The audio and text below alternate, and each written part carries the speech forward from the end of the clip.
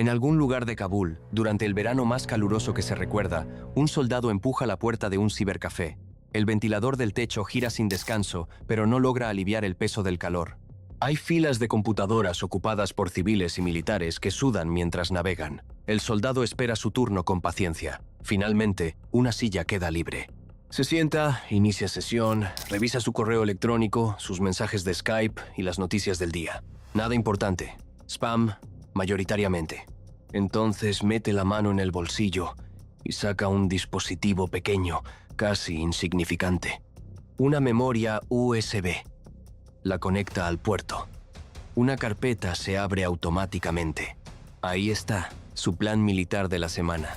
Recorre el archivo con la mirada. Burocracia pura. Nada fuera de lo ordinario. El calor le marea. Se levanta, desconecta la memoria y apaga la computadora. Lo que acaba de hacer ese soldado es un error. El peor de su carrera, probablemente. Y lo terrible es que no lo sabe. No puede saberlo. Porque esa memoria ya no es solo una memoria. Es un recipiente. En pocas horas, regresará a su base y la conectará directamente a la red militar. Y en ese momento, todo comenzará. Las Fuerzas Armadas de los Estados Unidos están a punto de sufrir la mayor brecha de seguridad de su historia. Una red compuesta por aproximadamente 15.000 subredes y 7 millones de dispositivos será penetrada por una criatura sin origen conocido, sin destino claro, sin un mecanismo completamente descifrado. Una criatura que, incluso 17 años después, sigue siendo en gran parte un misterio. Su nombre es Agent BT-SET. Y esta es la historia del archivo más enigmático que jamás se haya descubierto en la historia de la ciberseguridad. Para entender qué es Agent BT-SET y por qué importa tanto, hay que retroceder unos meses antes de que ese soldado entrara al cibercafé. Hay que viajar a Finlandia, a un laboratorio de ciberseguridad donde un joven investigador llamado Mikko recibe una muestra de malware para analizar. Era el verano de 2008. En aquel momento, el malware propagado a través de memorias USB era algo relativamente común. Los gusanos de este tipo llegaban constantemente a los laboratorios, y la mayoría era tan poco notable que casi resultaba tedioso analizarlos. Esta muestra en particular no parecía diferente. Era un gusano USB más, sin características aparentemente especiales. En el laboratorio, los archivos de malware con esas características solían recibir el prefijo FDC. Pero como ya había varias muestras catalogadas con ese nombre, para evitar confusiones, Mikko simplemente lo renombró BT-SET, Agent BT-SET, un número, una etiqueta. Otro gusano más en la pila de muestras pendientes.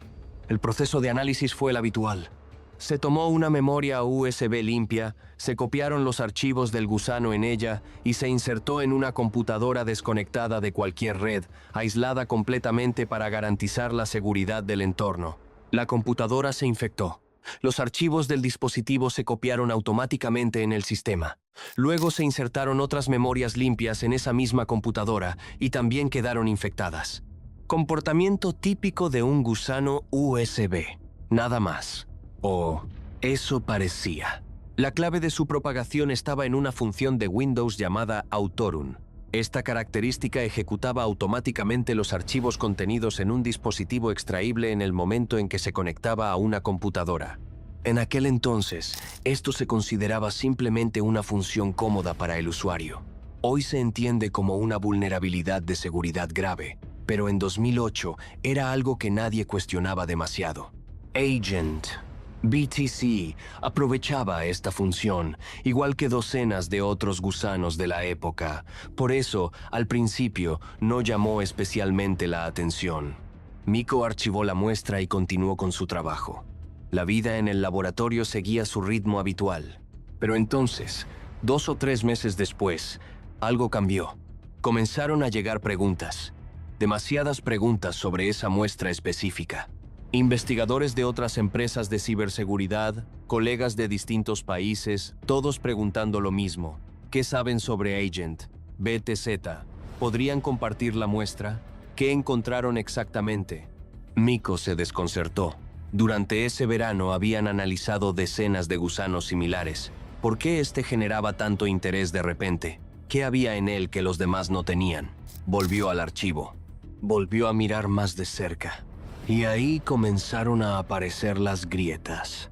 Para entender lo que Miko encontró, es necesario detenerse un momento y explicar cómo funciona Agent BTZ una vez que consigue acceso a un sistema. Porque lo que hace después de entrar es donde reside su verdadera naturaleza. Y lo que hace es mucho más sofisticado de lo que cualquiera esperaría de un simple gusano USB. En el momento en que Agent BTC accede a un dispositivo, la infección comienza con una secuencia precisa. Lo primero que hace el malware es descifrar una serie de cadenas de texto ocultas dentro de su propio cuerpo. Ahí están los nombres de los archivos que utilizará, los nombres de las interfaces de programación que necesita, las entradas del registro de Windows y otros componentes esenciales para llevar a cabo la infección completa. Luego busca activamente esas interfaces de programación, que son los conjuntos de reglas que permiten que diferentes programas se comuniquen entre sí dentro de un sistema operativo. Agent BTZ necesita localizar estas interfaces porque tiene un objetivo muy concreto y bastante audaz. Quiere inyectar código malicioso directamente en el navegador Internet Explorer. Para lograrlo, el malware crea varios procesos paralelos que funcionan como asistentes, cada uno encargado de una tarea diferente. Uno de esos procesos examina el registro de Windows, esa base de datos central donde el sistema operativo almacena toda su configuración. Ahí busca detalles específicos como períodos de tiempo, marcadores y nombres de dominio desde los cuales puede descargar componentes adicionales. Esta información le ayuda a localizar su objetivo y completar el resto de su misión. Luego, dos procesos adicionales descargan un archivo binario cifrado desde dos ubicaciones específicas en Internet. Esos archivos, a simple vista, parecen imágenes ordinarias. No lo son. Dentro de esas imágenes falsas se esconde un programa malicioso. Es una técnica conocida como esteganografía, ocultar información dentro de archivos aparentemente inocentes. Esas imágenes falsas se guardan en una carpeta temporal del sistema, ese directorio donde Windows almacena archivos descargados de forma provisional. A continuación, el malware actualiza el registro, carga Internet Explorer, descifra el contenido de los archivos descargados, inyecta ese contenido dentro del navegador y crea un proceso remoto dentro de él. El propósito exacto de ese proceso remoto no se conoce con certeza absoluta, pero los investigadores creen que fue diseñado para comunicarse con un servidor externo, en otras palabras, para hablar con su maestro. Si la computadora infectada tiene acceso a Internet, el malware puede enviar archivos del sistema a un servidor remoto, robando información de la máquina. El atacante puede enviar instrucciones que ejecuten cualquier acción que el usuario legítimo podría realizar. Abrir archivos, eliminarlos, acceder a documentos confidenciales. El malware tiene los mismos permisos en la computadora que el propio usuario. Y si esa computadora forma parte de una red, puede acceder a todo lo que esa red contiene. Pero Agent BTC no se detiene ahí. También tiene otro objetivo fundamental: reproducirse y recolectar. Para reproducirse, el malware copia su propio código en el sistema con un nombre generado aleatoriamente, construido a partir de partes de nombres de otros archivos que ya existen en el mismo directorio. De esta manera, el sistema lo interpreta como un archivo más, sin nada sospechoso. Luego se registra como un servidor interno del proceso para asegurarse de que se ejecute automáticamente cada vez que Windows se inicie. Después viene algo igualmente sofisticado. El malware entra en modo incógnito. Aleatoriza ciertos procesos. Se asigna un identificador aleatorio para permanecer sin ser detectado y almacena valores específicos en el registro para recordar dónde guarda cierta información. Funciona como un ladrón que recorre cada habitación en la oscuridad antes de ejecutar el robo, memorizando cada rincón, sabiendo exactamente a dónde ir sin encender una luz. Una vez oculto, Agent BTZ comienza a recolectar datos. Primero recoge información detallada sobre la computadora y su usuario y la organiza en un archivo con formato XML. Luego solicita al sistema operativo información sobre los adaptadores de red, incluyendo direcciones de protocolo de Internet y otros datos cruciales sobre el dispositivo. Todo eso va al mismo archivo. El malware también registra sus propias acciones en ese archivo. Anota cuándo comenzó la instalación, dónde copió su código, qué nombre utilizó y qué entradas del registro modificó. Esta información se actualiza cada 24 horas. Siguiendo la metáfora del ladrón, ese archivo sería como un diario donde se registra qué se robó, qué queda por robar y cuánto tiempo falta antes de que los dueños de la casa despierten. Y la propagación continúa. Cada vez que una memoria USB limpia se conecta a una computadora infectada, el dispositivo queda infectado de inmediato.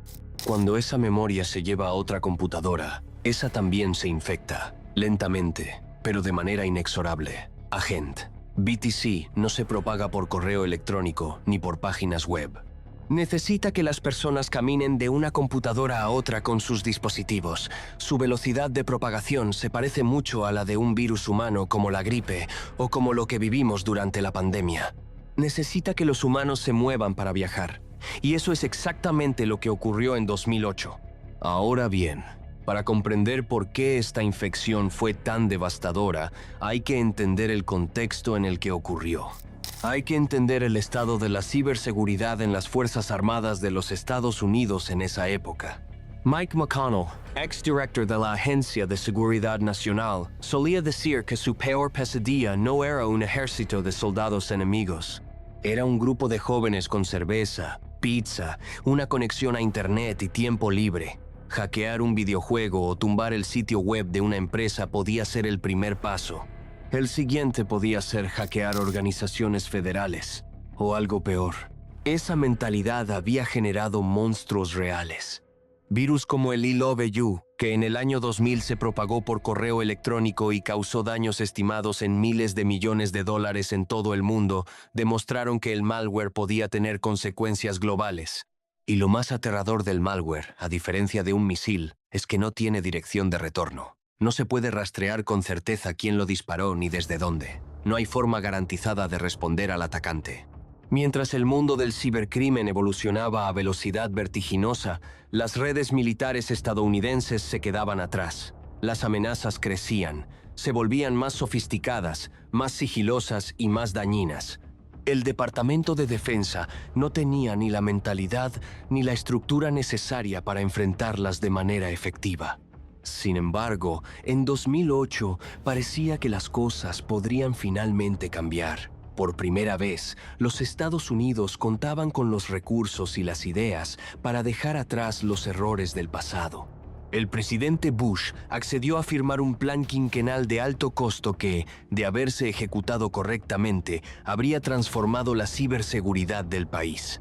Lamentablemente, el compromiso estaba sobre el papel, pero la ejecución fue un desastre. Tanto la mentalidad como la infraestructura permanecieron prácticamente igual que en los 15 años anteriores. El plan no se llevó a cabo como su arquitecto, McConnell, entonces director de Inteligencia Nacional, había concebido.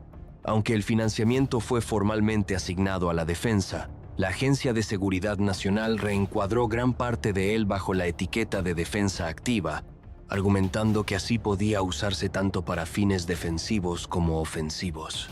Pero en la práctica, la defensa quedó en un segundo plano. El Departamento de Seguridad Nacional invirtió una parte del dinero en modernizar el sistema conocido como Einstein, una plataforma de detección de intrusiones diseñada para identificar actividad maliciosa y enviar alertas automáticas. Se comenzaron a trazar los planos de una versión mejorada, Einstein 3, que también ayudaría a repeler intrusos. Pero la Agencia de Seguridad Nacional canceló el proyecto, y este colapsó inevitablemente. Al final, los Estados Unidos se quedaron con tecnología avanzada, pero con los mismos problemas estructurales de siempre. Y como la guerra en Irak seguía en curso, la mayor parte de esa tecnología se destinó a lo de siempre, operaciones cibernéticas ofensivas. La historia no cambió. Y lo más preocupante de todo es que nadie había repensado seriamente la estrategia defensiva. 24 de octubre de 2008. La mañana comenzó como cualquier otra en Fort Meade, la sede de la Agencia de Seguridad Nacional. El equipo de operaciones avanzadas de redes militares sirvió las primeras tazas de café y se puso a trabajar con los registros del día. Analizar, monitorear, verificar, todo parecía normal. Pero entonces uno de los analistas detectó algo extraño en los registros. Una señal que no cuadraba. Al principio, nadie se alarmó demasiado. Las anomalías ocurrían de vez en cuando. Podía ser un fallo técnico. Sin embargo, al examinar más de cerca, quedó claro que no era un error del sistema. Algo estaba dentro de la red. Algo emitía una señal. Pero nadie sabía desde dónde ni cómo había entrado. No había tiempo para preguntas. Las redes militares habían sido comprometidas.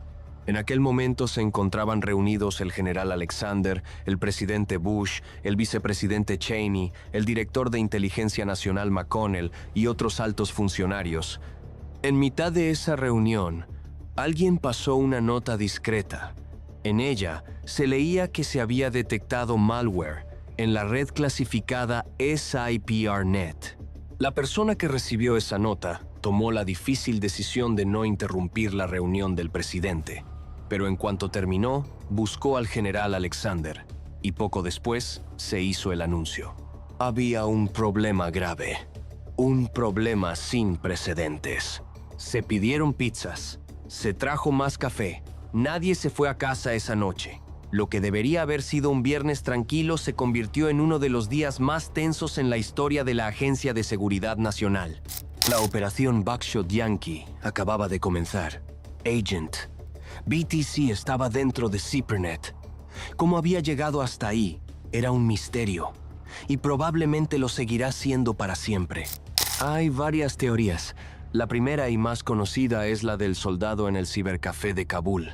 Un militar compra o encuentra una memoria USB infectada, la usa en una computadora pública para revisar sus planes de la semana y luego la conecta a su computadora de trabajo enlazada con la red militar. La infección salta de un mundo al otro, sin que nadie lo note. La segunda teoría sugiere que la memoria USB fue dejada intencionalmente en un aparcamiento de una base militar, esperando a que algún soldado curioso la recogiera y la conectara a su computadora. Una trampa antigua con ropaje digital.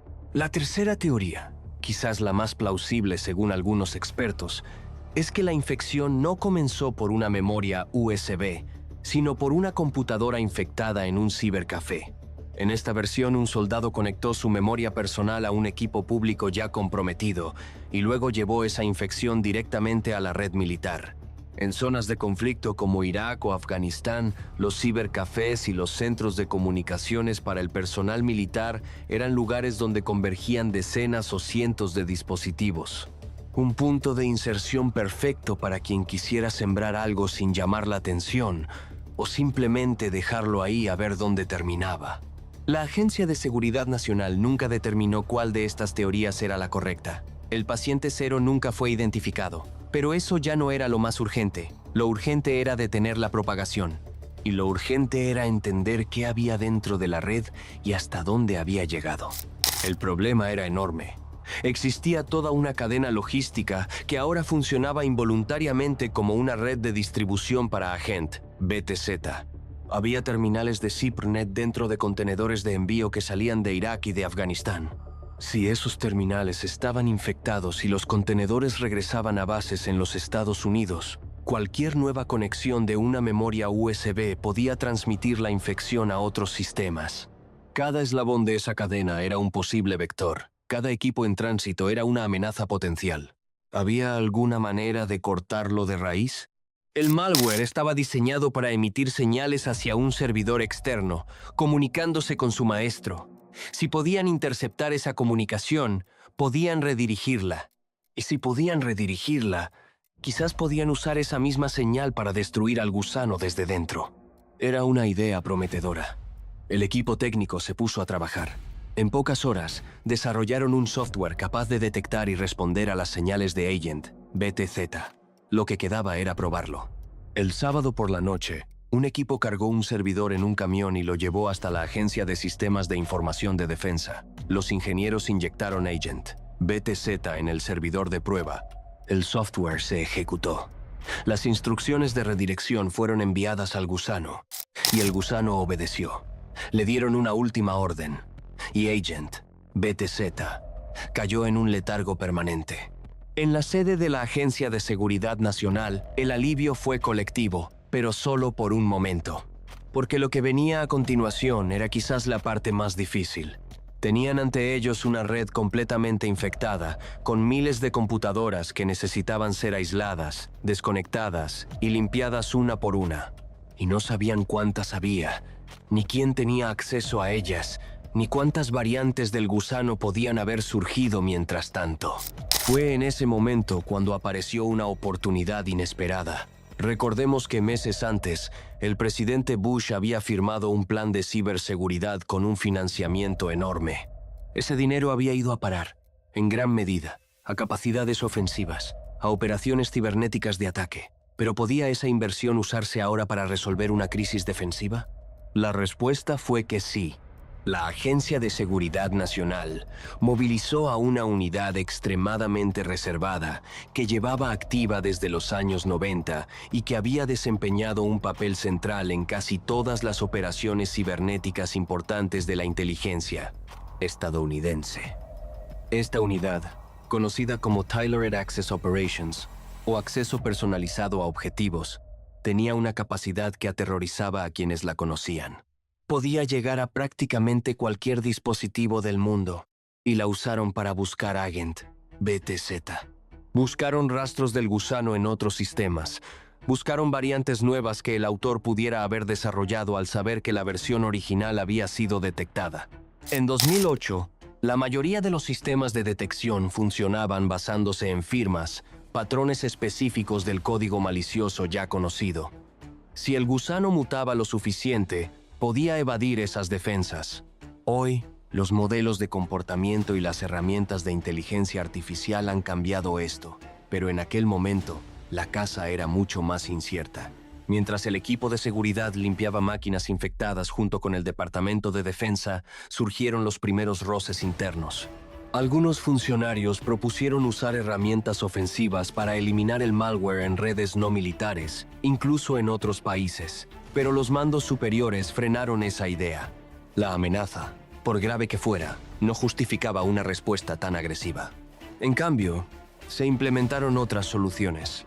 Se desarrolló un sistema para rastrear y escanear todos los dispositivos USB que entraban y salían de las zonas de operaciones.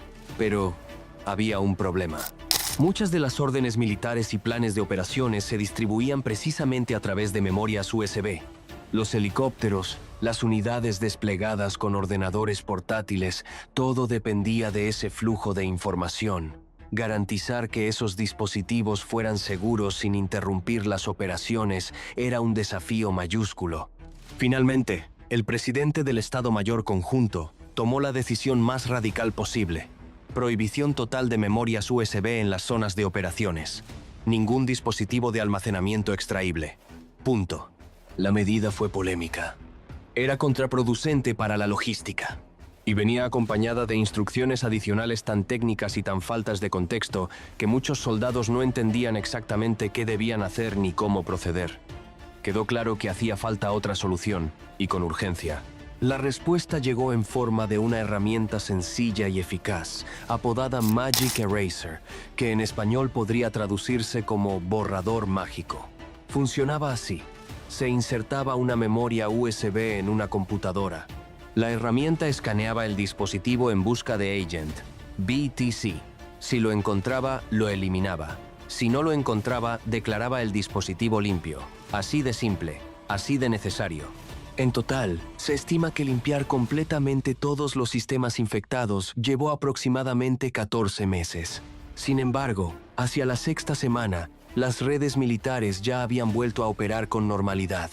El problema fue rastreando todas las unidades que habían pasado por Irak y Afganistán, determinando cuáles estaban limpias y cuáles no. El equipo tardaba semanas o meses en revisar equipos que habían llegado en contenedores y que nadie había desembalado todavía. La batalla más urgente estaba ganada, pero la guerra apenas empezaba. En los años siguientes, se detectaron decenas de nuevas variantes de Agent BTZ. Aparecieron en todas partes, en más de 100 países, en decenas de miles de dispositivos, con nuevas formas de propagarse y nuevas técnicas para evitar ser detectadas. Y la gran pregunta era obvia: ¿quién seguía desarrollando estas versiones? ¿Y con qué propósito? Cuando la infección inicial golpeó las redes militares, el gusano era eficaz en ese entorno. Pero las nuevas restricciones, el aumento de la conciencia sobre la amenaza y los esfuerzos de la Agencia de Seguridad Nacional convirtieron al ejército estadounidense en un objetivo mucho menos rentable para quien hubiera creado a Gent, BTC. Si el objetivo era robar secretos militares americanos, su misión debería haber terminado. Pero no terminó. En 2013, diversas versiones de Agent BTC se detectaron en casi 14,000 dispositivos repartidos en más de 100 países. Sus conexiones con el servidor maestro habían sido cortadas. Su capacidad de enviar datos al exterior estaba comprometida. Y sin embargo, el gusano seguía vivo, seguía propagándose, seguía recolectando información y almacenándola, aunque no pudiera enviarla a ningún lado. Era como un zombie, siguiendo los movimientos que había aprendido mientras estaba vivo, sin ningún propósito aparente, vagando sin rumbo fijo. Y entonces los investigadores descubrieron algo aún más extraño. Agent BTC tenía parásitos.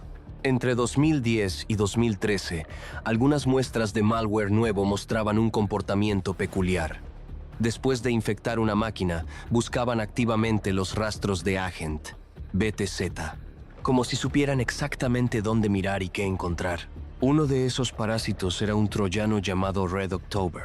Tenía un módulo denominado USB Stealer, que buscaba específicamente dos archivos creados por Agent BTZ durante el proceso de infección. Uno de esos archivos era el contenedor donde Agent BTZ almacenaba y cifraba todos los secretos que iba recolectando. Red October tomaba ese archivo y lo enviaba a sus creadores, junto con credenciales de acceso y otra información valiosa de la víctima. Alguien estaba aprovechando el trabajo de un gusano que ya ni siquiera podía comunicarse con su propio maestro. El otro caso interesante apareció en 2012. Se llamaba Flame y tenía variantes conocidas como Gauss y Mini Flame. Todos estos usaban una convención de nombre similar, una extensión de archivo específica. Y al comparar esa convención con la que usaba Hage BTZ, las similitudes eran llamativas. Miniflame además buscaba activamente en las memorias USB un archivo específico vinculado a Hage BTZ. El propósito exacto de esa búsqueda no está claro, pero la implicación es poderosa. Quienes desarrollaron Flame conocían Agent BTZ muy bien, demasiado bien para que fuera una coincidencia. Ya fuera para robar los datos que había recolectado o simplemente para inspirarse en su arquitectura, alguien estaba usando a esa bestia medio muerta para sus propios fines. Cualquiera podría haberlo hecho, en teoría. El hábito de Agent BTZ de acumular datos robados era conocido. Crear un algoritmo que aprovechara esa caché o simplemente desarrollar un nuevo malware basado en su código era una tarea técnicamente accesible. Probablemente eso es lo que hicieron los hackers detrás de Red October. Pero la relación entre Agent, BTC y otros actores de amenaza va mucho más lejos.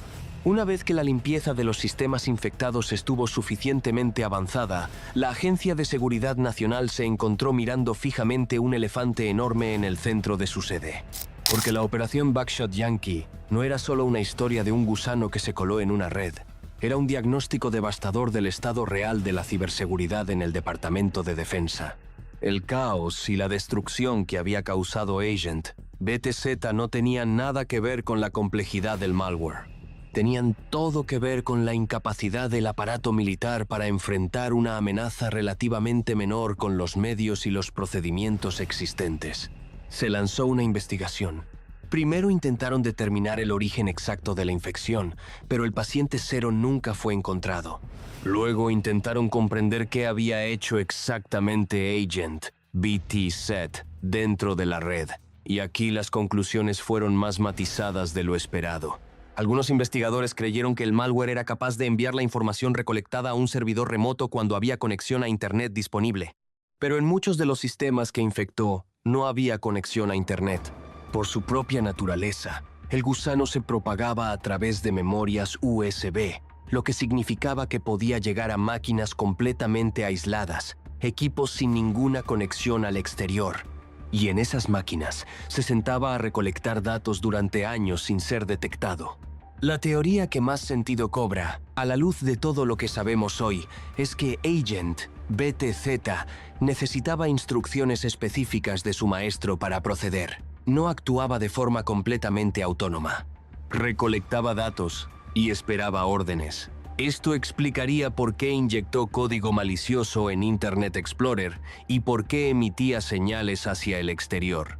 También explicaría cómo los analistas lograron detectarlo y finalmente apagarlo. Pero entonces quedaba la pregunta más incómoda de todas.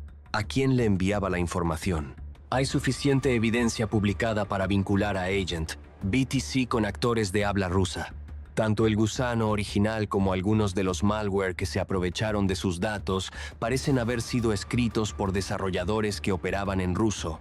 Las convenciones de nombres utilizadas por Agent BTZ, los métodos de cifrado y otros detalles técnicos se repiten en sus sucesores.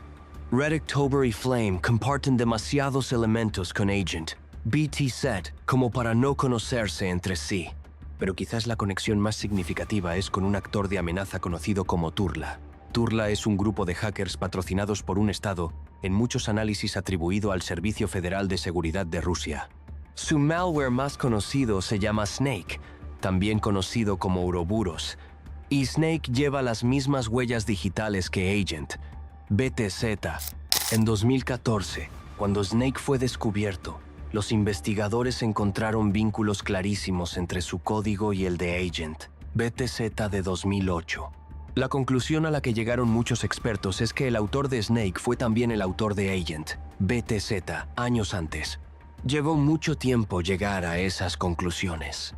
En 2008 no había suficiente información para apuntar en ninguna dirección, pero con los años, las piezas fueron encajando. Y el cuadro que resultó fue el de una campaña de espionaje sofisticada y paciente, atribuida con alta probabilidad a un actor estatal ruso, cuya primera gran operación documentada fue la que comprometió las redes militares más importantes del mundo durante casi 14 meses. A raíz de todo esto, la Agencia de Seguridad Nacional tuvo que hacer algo que nunca había hecho de manera tan explícita: repensar desde cero su papel en el ciberespacio. Había una pregunta que nadie había respondido satisfactoriamente. Si el ciberespacio era tan crítico para las operaciones militares como el mar, el aire, el espacio o la tierra, ¿por qué no existía una estructura operativa equivalente para ese dominio? Lo que existía era una confederación dispersa de grupos de trabajo, diseminados geográficamente e institucionalmente, sin una cadena de mando clara ni una doctrina unificada. La Agencia de Seguridad Nacional diseñó una solución. Se crearía una nueva entidad que reuniría todas las capacidades existentes bajo un mismo paraguas. Trabajaría de la mano de la Agencia de Seguridad Nacional. Y tendría 3 misiones fundamentales. La primera, liderar la protección cotidiana de todas las redes del Departamento de Defensa y apoyar las misiones militares y contraterroristas. La segunda, proporcionar una estructura clara y con responsabilidades definidas para coordinar los recursos de ciberguerra de todos los mandos militares. Y la tercera, colaborar con socios tanto dentro como fuera del gobierno de los Estados Unidos. Esa entidad recibió el nombre de Cyber Command, el comando cibernético de los Estados Unidos. No fue perfecta desde el principio. La colaboración con otras agencias y departamentos no siempre fue fluida, pero representó un salto generacional respecto a lo que había existido antes. Por primera vez, había estructura, había doctrina, había herramientas creadas específicamente para ese entorno, y había una cadena de mando que respondía ante alguien. Con el tiempo, cada rama de las Fuerzas Armadas desarrolló su propia capacidad cibernética. La Marina, con su 10ª flota. La Fuerza Aérea, con su organización específica. El Cuerpo de Marines, con su componente cibernético. E incluso empezó a discutirse la creación de una nueva rama completamente independiente, una fuerza cibernética, que funcionaría como un departamento propio dentro de la estructura de defensa. Todo ese proceso de transformación fue lento, lleno de fricciones, con errores y retrocesos. Pero Agent, BTC, lo aceleró.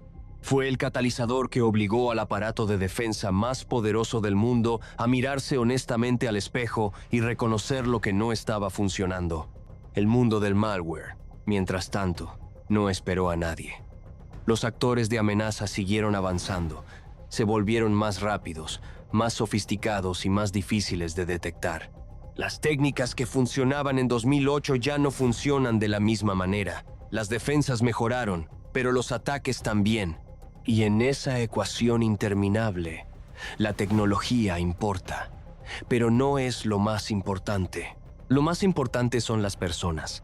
No existen sistemas perfectamente seguros, pero se puede mejorar enormemente si cada persona que toca un teclado en cualquier red entiende su papel. No es solo responsabilidad de los equipos de tecnología o de seguridad. Es responsabilidad compartida de todos. Cada usuario, cada soldado, cada funcionario, cada empleado. Entender qué riesgos existen, qué prácticas son seguras y qué decisiones pueden parecer inocentes pero no lo son. Como conectar una memoria USB encontrada en el suelo a una computadora de trabajo. Agent. BTZ sigue siendo uno de los archivos más enigmáticos que jamás se hayan estudiado en el mundo de la ciberseguridad. Un gusano que comenzó en un cibercafé de Kabul, penetró las redes militares más protegidas del mundo, fue controlado con un software improvisado durante un fin de semana, tardó 14 meses en ser eliminado completamente y dejó tras de sí una huella que aún hoy sigue siendo analizada. Sus conexiones probables con Turla, con Snake, con Red October y con Flame lo convierten en algo más que un incidente aislado. Es el comienzo visible de una historia mucho más larga. Una historia de espionaje digital, de paciencia estratégica y de capacidades estatales desplegadas en silencio durante años. Esa historia continúa y tiene muchos más capítulos que todavía no se han contado. Si este tema te genera preguntas, si quieres seguir explorando campañas como las de Turla, Moonlight Maze u otras operaciones que han moldeado el mundo tal como lo conocemos hoy, este es el lugar adecuado. Aquí cada historia se cuenta con la profundidad que merece, con contexto, con datos y con las voces de quienes estuvieron ahí. Suscríbete al canal Archivo Fraude para no perderte ningún episodio. Activa la campanita de notificaciones para que YouTube te avise en cuanto publiquemos algo nuevo. Y si este episodio te pareció valioso, compártelo con alguien que crea que la ciberseguridad es un tema que solo les importa a los técnicos, porque como acabas de escuchar, nos importa a todos. Nos vemos en el próximo episodio.